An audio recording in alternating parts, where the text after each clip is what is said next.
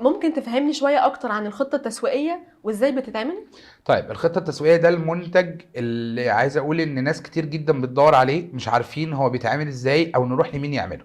انا كماركتنج كونسلتنت بقدم لك ده كسيرفيس. يعني انا ممكن يجي لي حد يقول لي انا عايزك بس تعمل لي البلان ماركتنج، وانا هنفذ البلان دي عن طريق التيم بتاع شركتي وانت تبقى تشرف عليهم، او هنفذها بنفسي، او ايا كان طريقة التنفيذ.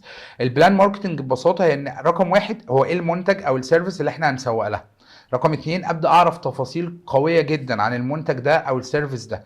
رقم تلاتة ابدا ابص على هو ايه اللي ايه اللي بيقدمه انا كمنتج، بقدم ايه للناس، ومين هو الجمهور المستهدف بتاعي اللي انا محتاج اوصل له. وادرس المنافسين بتوعي بيشتغلوا ازاي عشان اشوف انا هتميز عنهم ازاي، وايه الميزه التنافسيه اللي انا هقدمها للناس. فهي دي التفاصيل الاساسيه او البنود الاساسيه للخطه التسويقيه عموما، ان احنا نعمل دراسة كاملة قبل ما نبدأ ننفذ خطوات الاعلان للبرودكت او السيرفيس بتاعك.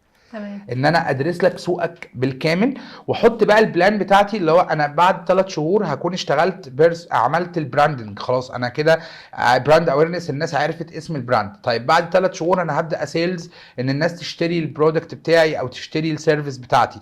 وساعات كتير بنبدا من اول يوم على طول سيلز. يعني في انواع بيزنس هي مش محتاجه خطه تسويقيه، هي اوريدي بيزنس تقليدي.